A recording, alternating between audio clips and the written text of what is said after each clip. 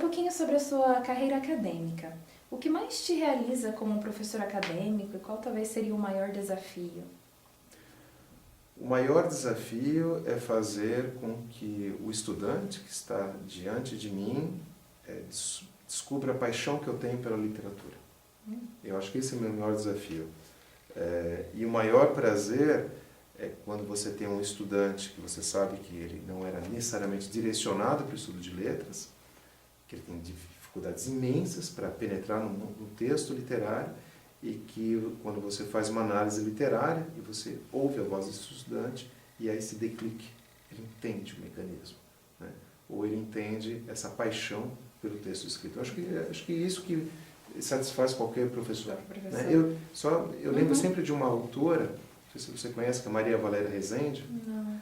Que é uma autora que já é uma autora, digamos, tem um longo trajeto. Ela é originária de Santos, atualmente ela mora em João Pessoa, foi prêmio Casa das Américas, foi prêmio Jabuti, ganhou vários prêmios. E um dia eu estava reclamando de um estudante, né? Aquele esporte favorito do professor, reclama de estudante que não tem nível, que não conseguiu, né, no final do ano. E ela virou para mim e falou assim: tudo isso é vaidade. Você nunca pode esquecer que antes de você ser um professor universitário, ou qualquer professor, você é um pedagogo. E a sua função é descobrir no olhar do seu estudante aquilo que ele tem de melhor.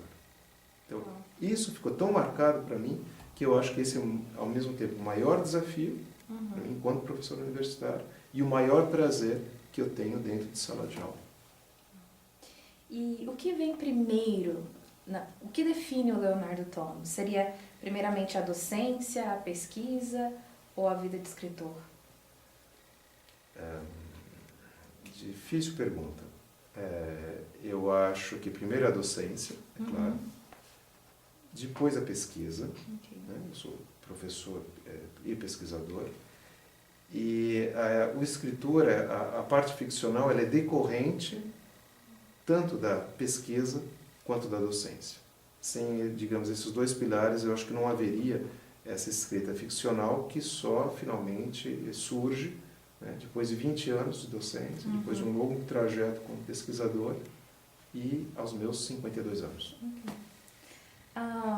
Quais autores brasileiros são mais populares entre seus alunos? Entre meus alunos, do que eles gostam. É difícil falar, né? Entre meus alunos ou na França, acho que talvez serão questões diferentes. O autor talvez mais lido atualmente na França é Milton Ratum. Milton Ratum, ele tem uma grande penetração, talvez pelas temáticas que ele aborda, a questão da imigração, mas ele tem, por ele ser professor mesmo de francês, esse vínculo profundo com a literatura francesa do século XIX. Dos meus estudantes, eu acho que varia em função de turma, varia em função dos estudantes.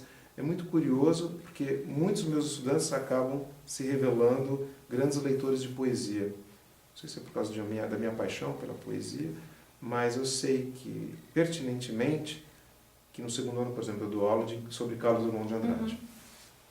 Quando eu chego no Carlos Drummond de Andrade, todo mundo faz cara torta. Poesia, ninguém quer ler poesia. Um dos melhores. E no final do semestre, todo mundo que fica feliz de ter lido Carlos Drummond de Andrade. Né? Mas hoje em dia é difícil você entrar no mundo da poesia. Não é todo mundo que aceita esse contrato, não, com a poesia.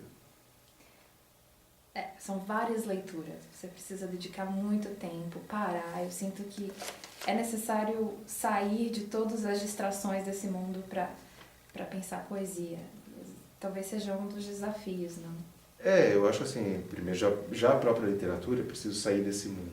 Esse verdade. mundo, na verdade, que nos leva a esse urgentismo, imediatismo. A literatura precisa de um outro tempo, de uma outra respiração.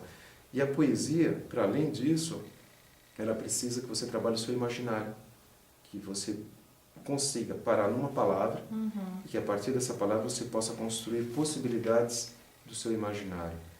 E isso é difícil, muito difícil no nosso mundo, né? Porque as redes sociais, a internet, o celular impedem que você tenha esse vínculo imaginário.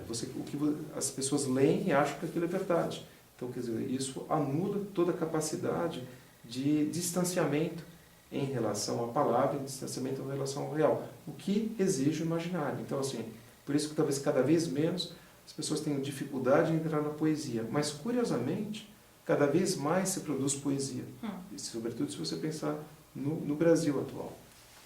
Interessante.